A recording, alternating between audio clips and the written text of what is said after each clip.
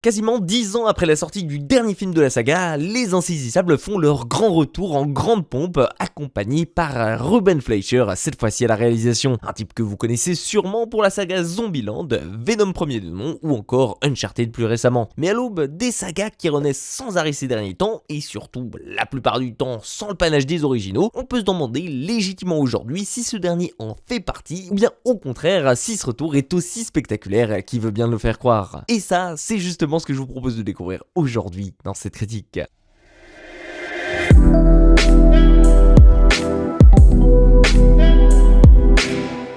Dans ce nouvel Insaisissable, vous allez suivre Bosco, June et Charlie, trois arnaqueurs magiciens qui forment ici un nouveau trio et qui profitent surtout du nom des cavaliers pour se faire mousser. Ils se revendiquent en effet comme la nouvelle génération de cavaliers ici, et à leur niveau, ils essaient eux aussi de faire changer le monde et surtout de s'attaquer aux méchants pour redistribuer les richesses, un petit peu façon Robin des Bois des temps modernes, mais en utilisant toutes les nouvelles technologies à leur disposition. Et vous allez vite le voir ici, ils ne vont pas rester seuls longtemps, puisqu'en effet, lorsque l'œil, à savoir l'organisme derrière les anciens cavaliers, va leur envoyer un signe pour se reformer et donner ici un coup de main à la jeunesse dans un dernier casse surpuissant, et bien tout ce beau monde va se retrouver à collaborer main dans la main pour faire tomber Veronica Vanderberg, une mania des diamants africains souvent obtenus par le prix du sang. Et leur cible, elle va être de taille conséquente aujourd'hui, à savoir le diamant cœur, le plus gros diamant jamais extrait et dont il est estimé à la modique somme de 500 millions d'euros. Bref, un projet assez fou, vous l'imaginez bien, mais qui a largement de quoi attiser la curiosité de notre bande préférée. Alors, je vous avoue, moi-même quand je suis allé voir ce film au cinéma, à la base, ce nouvel Insaisissable, j'en avais aucune attente particulière, et j'étais même plutôt allé le voir dans l'optique de retrouver enfin Jesse Eisenberg, dont les apparitions se font assez rares au cinéma depuis sa période d'ici chez Snyder. Et mis à part ça, j'en attendais pas grand-chose ici, surtout parce que comme je vous l'ai dit dès l'ouverture de cette vidéo, j'ai eu un petit peu tendance à me méfier ces derniers temps quand on me propose une suite de films qui a pu connaître une certaine célébrité il y a 10, 15 ou 20 ans. Et malheureusement, mis à part l'exemple récent avec Top Gun Maverick, les studios m'ont souvent donné raison de me méfier. Du coup, forcément, quelle n'était pas ma surprise aujourd'hui quand je me suis rendu compte que ce nouvel Insaisissable avait en réalité toutes les bonnes raisons de ne pas me décevoir ici. D'une part, parce qu'on sent qu'il fait aisément la passation, assumée surtout, entre l'ancienne génération qu'on a tant adoré suivre pendant 2 films, et aujourd'hui la nouvelle génération qui prend les rênes et qui va prendre peu à peu sa place au centre de l'attention de ce 3e opus. D'autre part, parce que,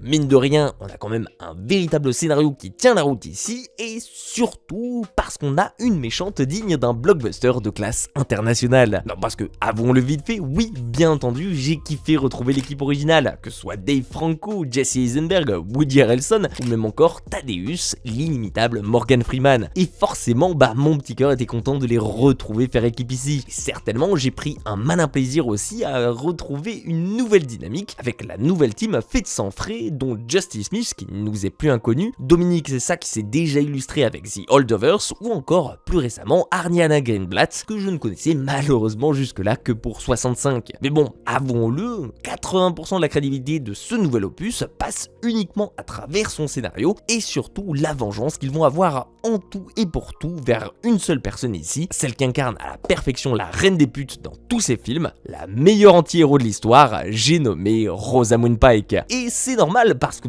quand tu mets une telle personne avec un tel charisme qu'elle, qui uniquement par son regard te glace le sang et te donne envie de la buter juste avec ses airs suffisants, limite t'as même pas besoin de l'expliquer à travers ton scénario tellement ça fonctionne comme une évidence à l'écran ici. Alors bien entendu ça fonctionnera encore mieux parce qu'elle incarne une mania des mines de diamants qui a fait fortune sur le dos de l'Afrique, sur les mineurs qu'elle exploite mais aussi et surtout sur son père qui avait visiblement fait fortune par un passé sombre avec d'anciens nazis avec qui il était ami. Donc t'ajoutes ça au background de personnage, ça en ajoute assez rapidement et le scénario se déroule de lui-même sans même nous forcer à la détester car c'est naturel ici, mais je peux vous assurer qu'elle vous fera passer tous les anciens vilains de la saga comme Daniel Radcliffe pour des enfants de cœur à côté. Et puis forcément quand t'ajoutes à ça une mise en scène qui est intelligente et qui sera toujours au service de l'action ici et qui va se renouveler par des méthodes assez astucieuse pour nous retourner le cerveau grâce à des illusions d'optique grandeur nature. Vous verrez notamment certaines scènes dans le château en France dont je ne vous en dis pas plus mais qui sont excellentes. Le tout saupoudré toujours par un humour bien dosé et de l'action qui est au rendez-vous. Bah forcément je dois vous avouer que cette sauce fonctionne plutôt bien et prend assez vite, quitte à nous faire oublier que c'est pas forcément le scénario du siècle et que encore une fois on nous a bien berné ici. Non parce que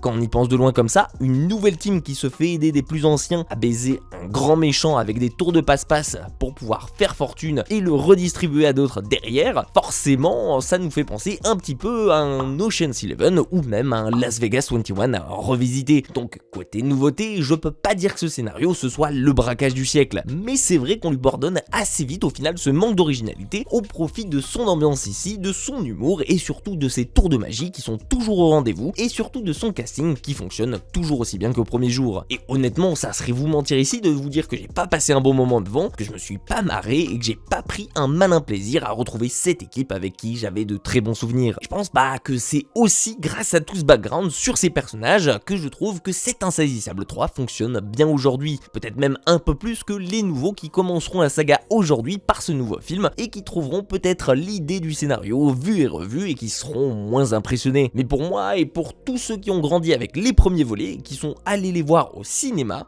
je pense que ce dernier vous est en grande partie adressé à vous et je pense que si vous avez kiffé les deux premiers, y a pas de raison que ça soit pas le cas aujourd'hui. Il y a plein d'idées intéressantes visuellement, une toute nouvelle équipe à laquelle on va rapidement s'attacher ici, de l'humour, du fun, de l'action et surtout c'est le genre de film pas prise de tête devant lequel il faut pas essayer de trouver une logique au scénario pour passer un bon moment et à mes yeux ça justifie largement le plaisir coupable qu'il incarne aujourd'hui. Personnellement j'en suis ressorti heureux et de bonne humeur et comme je vous l'ai dit, partez du principe que vous allez le voir sans rien en attendre, comme ça derrière vous risquerez d'être agréablement surpris comme moi. Et vous alors, qu'est-ce que vous avez pensé de ce troisième opus de la saga Insaisissable? Est-ce que c'est un plaisir coupable, un opus inutile ou bien une suite totalement ratée selon vous? J'attends votre avis avec impatience dans les commentaires, qu'on puisse en débattre ensemble. Attendant, j'espère que ma vidéo vous aura plu, si c'est le cas pensez à me le faire savoir, lui laisser un petit like, la partager et bien évidemment vous abonner à la chaîne si ce n'est pas déjà fait. Prenez soin de vous et comme d'hab, nous on se dit à très vite pour une toute nouvelle critique.